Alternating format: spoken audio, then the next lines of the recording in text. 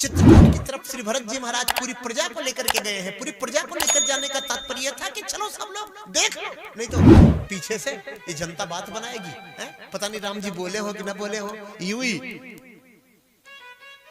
जाकर के पादुका लेकर के चले आए। किसने देखा राम जी ने इनका सम्मान किया कि नहीं? पूरे हाथी घोड़ा सैनिक फौज पलटन जितनी रानियां गुरुदेव संत महात्मा सब चित्रकूट जा रहे हैं। बोले चित्रकूट धाम की जय हो। मैं आपको शुरू में बता चुका था, रामायण में 4 नगरी है। पहली अयोध्या, दूसरी मिथिला, तीसरी चित्रकूट। चित्रकूट में चित्र दिखता है भगवान का।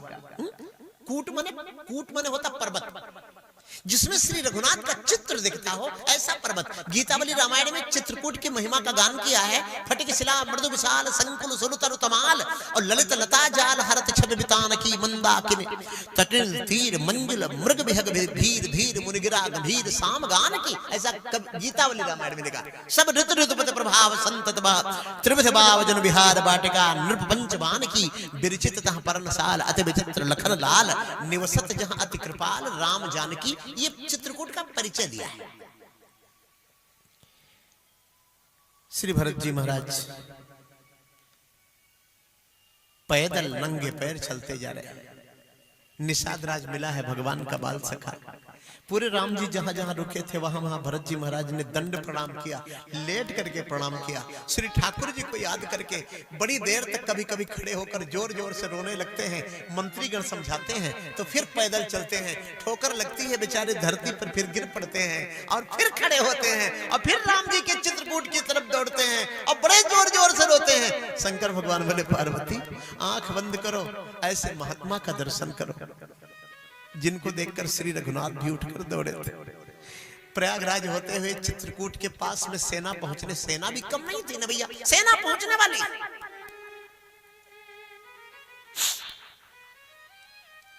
राम जी बोले लक्ष्मण भैया पेड़ पे चढ़ के देख रहे, ये धूल काहे उड़ रही है? देख लक्ष्मण जी बहुत जल्दी दौड़कर पेड़ पर चढ़ गए। ऊपर जाकर के बोले प्रभु अग्नि बुझा दो। राम जी बोले मामला तो बताओ पूरा, क्या बात, क्या है, कौन कहां से आ रहा है? बोले सीता जी को पर्वत कंदरा में छुपा दो, कवच पहन लो, हथियार उठा लो। अरे राम जी बोले भाई इधर तो मेरे कोई दुश्मन देश भी नहीं है जिधर से सेना आ रही है, ये है कौन?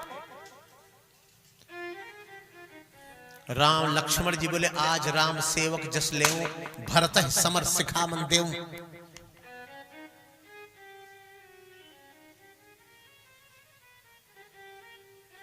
कैकेयी का पुत्र भरत आ रहा है प्रभु, वन में भी आक्रमण करने आ रहा है। राम जी बोले नीचे उतरो। लक्ष्मण जी बोले आग तो बुझाओ। राम जी बोले हमको उपदेश मत दो, नीचे उतरो। लक्ष्मण जी ने जब भगवान का मुखमंडल देखा तो जीवन में पहली बार लगा लक्ष्मण को कि आज प्रभु बड़े क्रोध में हो गए हैं। भरत भैया को ऐसा बोला है तुमने, नीचे उतरो। डर के मारे कांपते हुए श्री लखनलाल नीचे उतरे। अपराधी की भांति हाथ जोड़कर खड़े हो गए। राम जी मैंने 2 प्रश्न पूछूंगा तुमसे। पहला, आज तक मेरे भरत भैया ने लक्ष्मण तुम्हारे साथ कभी ऐसा कोई व्यवहार किया जिससे तुम्हें कष्ट हुआ? लक्ष्मण जी बोले नहीं प्रभु, ऐसा तो कोई भरत भैया ने व्यवहार नहीं किया। राम जी बोले दूसरी बात ये बताओ कि सरजू जी के किनारे हम तुम सब कबड्डी का खेल खेलते थे, याद है? लक्ष्मण जी बोले हाँ प्रभु याद है। एक मंडली भरत भैया की रहती थी और शत्रुघ्न भैया भरत भैया की तरफ रहते थे, हम आपकी तरफ रहते थे, 20-20 लड़के दोनों तरफ रहते थे, कबड्डी होती थी। राम जी बोले कबड्डी होती थी तो कभी कभी हमारी वाली मंडली जब हारने लगती थी तो क्या होता था? लक्ष्मण जी बोले सरकार आपके मन को कष्ट न होने पाए कहीं, इसलिए भरत भैया जीता हुआ खेल जानबूझकर हार जाते थे। राम जी बोले ऐसे भरत को तुम ऐसा बोल रहे हो? हाँ ऐसा बोल रहे हो? वो भी तुच्छ राज्य के लिए है? यदि राज्य से है तो तुम इमाम बाचाम प्रभास से, श्रीमद् वाल्मीकि रामायण में वर्णन आया है। यदि राज्य के लिए तुम श्री भरत को ऐसा बोल रहे हो लक्ष्मण,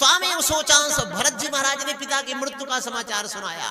त्वामेव सोचांस तव दर्शने सुस्तयेव सक्ता मैंने बढ़ते बुद्धिम।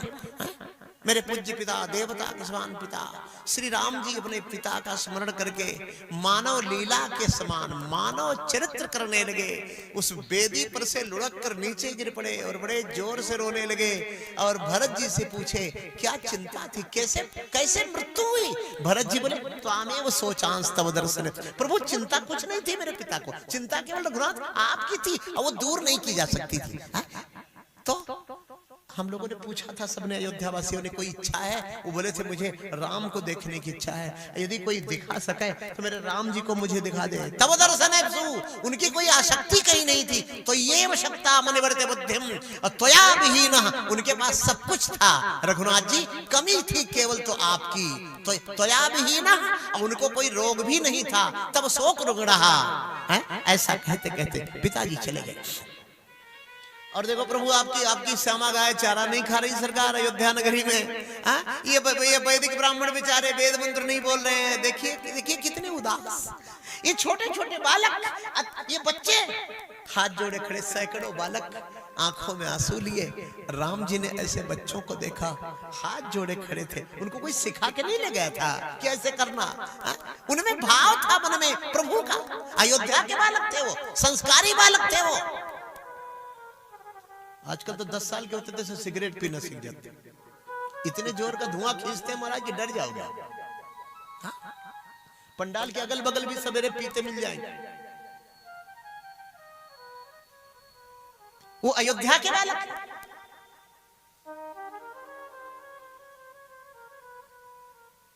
गुटखा तो इतना खा जाते हैं कि साल भर में बोरा भर जाए, खत्म हो जाए। इनको हम लोग बनावटी भाषा में देश का भविष्य कहते हैं। देश के भविष्य है कि पता नहीं अंधकार है क्या है। भविष्य तो आप लोगों को घर में तैयार करना पड़ता है, वो आप तैयार करते ही नहीं। भरत जी महाराज ने कहा सरकार ये अयोध्या के बालक आपको मनाने। ठाकुर जी ने देखा तो रोने का मन किया, लेकिन उदासीन व्रत अंदर से बोला नहीं। हाँ हाँ बोलो जय श्री हरि।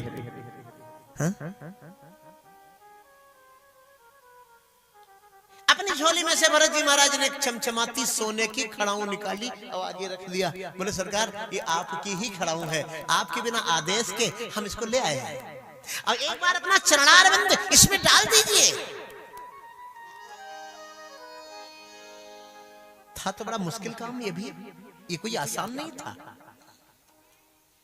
कोई 9 दिन का नवरात्रि व्रत हो और कोई बड़े प्रेम से कहे मेरा प्रेम है समोसा खा लीजिए, कैसे कहे? सोने की खड़ाऊ है और ये उदासी कैसे पहनेगा पैर में? लेकिन भरत जी ने एक बात उसमें जोड़ दी कि अधिरोहार पादाभ्याम पादुके हेम भूषिते। एते ही वाल्मीकि रामायण में वर्णन आया है कि एते ही सर्वलोकस्य योगक्षेम विधास्यता। ये केवल अयोध्या का कल्याण नहीं करेगी आपकी पादुका, सर्वलोकस्य, सत्यलोक, जललोक, तपलोक, भूलोक, भूअरलोक, महरलोक, धरती, सुतल, वितल, तलातल, रसातल, पाताल, सभी लोगों का कल्याण आपके इस खड़ाऊ से है। तो क्यों नहीं अपने पैर इसमें डालते? राम जी के चरणारविंद आगे बढ़े और जैसे खड़ाऊ राम जी ने पहना तैसे अयोध्या वासियों ने ताली बजा करके, नगाड़े बजा करके, ओदुंद भी बजा करके अरे रामा प्रभु करी कृपा पावरी दीनी ओ रामा श्यारमा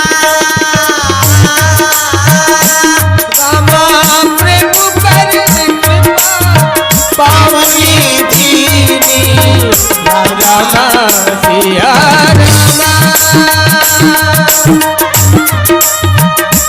ओ प्रभु करी कृपा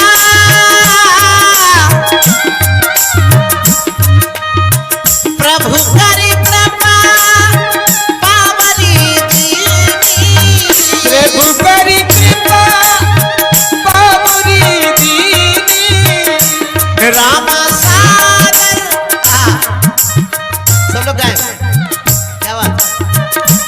रामा सागर भरत शीश धरी रामा सिया रामा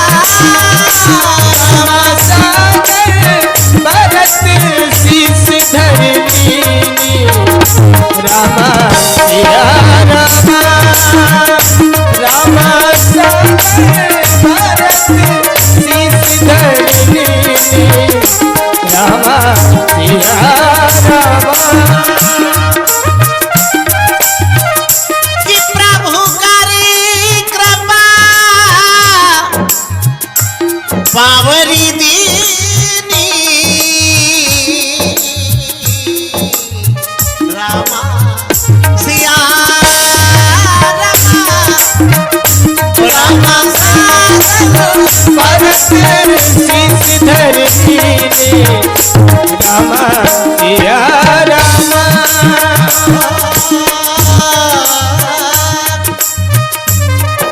जैसे पादुका को सरकार ने पहना तैसे धुंध भी नगाड़े बजे और श्री भरत जी ने उठाकर सर पर रख लिया।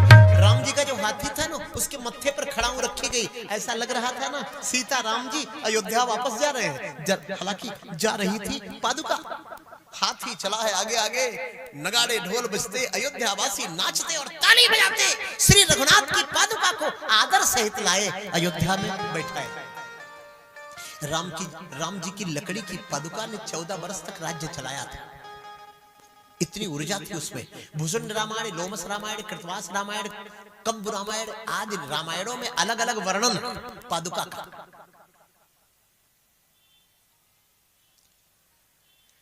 भरत जी महाराज ने नंदग्राम में जाकर पर्णकुटी बनाई और वहीं पर नंदग्राम कर पर्ण कुटीरा कीन निवास धर्म धरधीरा अवधराज सुरराज सिहाई दशरथ धन सुन धन धन जाई तेहि पर बसत भरत बिन रागा चंचरीक जिम चंपक बागा। ऐसे श्री भरत जी महाराज नित पूजत प्रभु पावरी प्रीत ने हृदय समात मागे मागे आय सुकरत राज काज बहुभात। अंतिम छंद में अयोध्या कांड के गोस्वामी जी कहते सिया राम प्रेम पीयूष पूरन होत जन्म न भरत को मुनि मन अगम जम नियम समदम विषम व्रत आचरत को दुख दाह दारिद्र दंभ दूषण सुजस मिस अपहरत को कलिकाल तुलसी से सठन फट राम सन्मुख करत को भरत चरित कर नेम तुलसी जे सादर सुनहि सी राम पद प्रेम अवश्य होय भवरस बिरत। ये अयोध्या कांड भगवान की कमर है। अरण्य कांड जो है वो भगवान का उदर है, पेट। चित्रकूट में राम जी 12 वर्ष रहे, आप जानते ही हैं। जो सबसे 14 वर्ष की वनवासी बेला में सबसे अधिक रघुनाथ जी चित्रकूट में रहे। अब चित्रकूट भी राम कथा की बारी है। अयोध्या में 3 राम कथा भव्य रूप में हो गई है। कुछ में आप लोग पहुंचे भी थे। चित्रकूट बड़ा ही पावन स्थल है। श्री तपस्वी श्री राम की तपस्थली है। 12 बरस रहे। लक्ष्मण से बोले भैया ये एक ही जगह बैठे रहेंगे क्या? देखो चित्रकूट अभी तो नगर हो गया है, पहले तो जंगल था। देखो अगल बगल के लोग सब बड़े परिचित हो गए। और जहां ज्यादा रहो आप, चाहे जितने विद्वान हो, चाहे जितने पुण्यात्मा हो, चाहे जितने धर्मात्मा हो, महत्वहीन तो हो ही जाओ। हाँ, इतना महत्व कोई समझेगा नहीं। तो राम जी बोले वैसे हम लोग वनवासी लोग हैं, उदासी लोग हैं। लक्ष्मण एक जगह रहने से कोई आता है हाल चाल पूछता है, पहले पैर छुएंगे, प्रणाम करेंगे, उसके बाद में महाराज नमस्कार। जब ज्यादा प्रेम कम हो जाएगा तो पैर थोड़े छुएंगे। नमस्कार महाराज, और क्या हाल चाल है? टाटा वाटा तो आज कलाम बात। हाँ, बड़े शर्म का विषय है जहां नमस्कार जैसा, प्रणाम जैसा शब्द ये भी मुगलों ने नाश कर दिया है। ये तो आप ही ने नाश किया ना। ये तो ऐसा कोई मंदिर नहीं था जिसको तोड़ डाला उन्होंने। आप ही ने कौन सा बचाया? बस मुगलों ने तोड़ डाला। अरे आपने जितना तोड़ा उतना तो किसी नहीं तोड़ा। आपने चोटी छील के फेंक दिया, आपने टीका फेंक दिया, आपने रामकृष्ण नाम आपका